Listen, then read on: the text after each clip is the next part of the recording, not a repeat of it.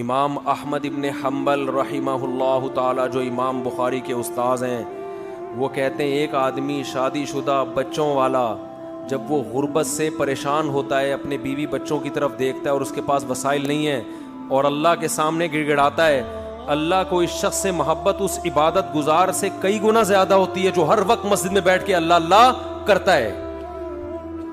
سمجھتے نہیں ہو؟ ایک آدمی جو 24 گھنٹے اللہ کی عبادت کر رہا ہے اور ایک وہ جو اللہ کی مخلوق میں لگا ہوا ہے اور وسائل نہ ہونے کی وجہ سے اللہ سے دعائیں مانگتا ہے کہ اللہ ان کی خاطر مجھے روزی دے۔ جس کی آل اولاد ہو وہ تو پریشانی میں پھرتا ہے نا، کنواروں کو کیا ہے، ان کو تو گٹکے کے پیسے چاہیے بس۔ جو بال بچے والے لوگ ہیں ان کو ٹینشن ہوتی ہے نا، ان کو کھلانا ہے پلانا ہے۔